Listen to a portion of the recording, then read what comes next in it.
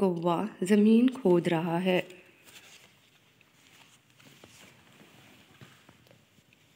बच्चों, इस कहानी से ये बात ज़ाहिर होती है कि अल्लाह नीयत को देखता है। हमको चाहिए कि अल्लाह की राह में अच्छी ही चीज़ें दें, खराब या नाकारी चीज़ें देना बेसूद है। ये कहानी सूरह अल-माइदा में है। मोमिनों, कोई कौम किसी का मजाक ना उड़ाए। मुमकिन है वो लोग इनसे बेहतर हों। अपने मोमिन भाई को ऐब ना लगाओ, ना एक दूसरे का बुरा नाम रखो। ईमान लाने के बाद बुरा नाम रखना गुनाह है। ए अहले ईमान, बहुत गुमान शक करने से परहेज़ करो कि बाज़ गुमान गुनाह है। और एक दूसरे के हाल की जासूसी ना किया करो, ना कोई किसी की ग़ीबत करे।